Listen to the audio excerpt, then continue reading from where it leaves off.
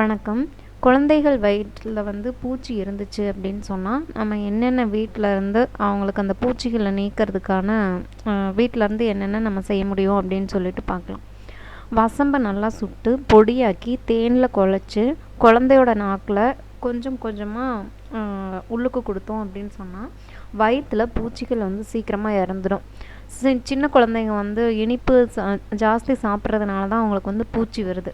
இதுக்கு பார்த்திங்கன்னா முந்தின நாள் நல்ல ஒரு தித்திப்பாக இருக்கிற நல்ல பழுத்த மாதுளையை முதல் நாள் சாப்பிட கொடுத்துட்டு மறுநாள் பாலில் கொஞ்சம் விளக்கெண்ணெய் கலந்து கொடுத்தா பூச்சிகள் வெளியேறும்.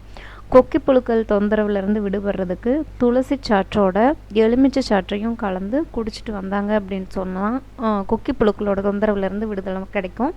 சில டெய்லியும் கொஞ்சம் வளர்ந்த குழந்தைங்க அப்படின்னு சொன்னால் டெய்லியும் ரெகுலராகவே சில இலைகளை மென்று தின்னுட்டு வந்தாங்கன்னு சொன்னாவே புழுக்கள் வெளியேறும்.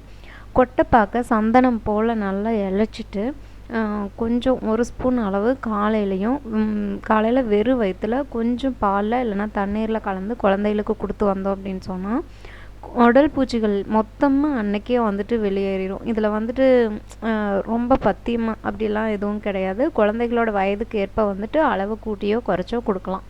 வேப்பிலை கொழுந்தோட கொஞ்சம் உப்பை சேர்த்து நல்லா அரைச்சிட்டு சுண்டைக்காய் அளவு சின்ன சின்ன உருண்டைகளாக்கிட்டு 2 உருண்டைகளை ஒரு குழந்தைக்கு நம்ம வெறும் வயிற்றில் சாப்பிட கொடுத்தோம் அப்படின்னு சொன்னால் பூச்சிகள் செத்து வெளியில் வந்துடும்.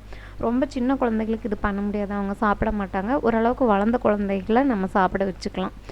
ஸோ நம்ம இங்கிலீஷ் மெடிசன் கொடுத்து இந்த பூச்சிகளை வெளியேற்றதை விட நம்ம வீட்டிலேருந்து இந்த மாதிரி இது பண்ணிட்டு வர்றது குழந்தைகளுக்கு எந்த விதமான சைடு எஃபெக்ட்ஸும் வராது.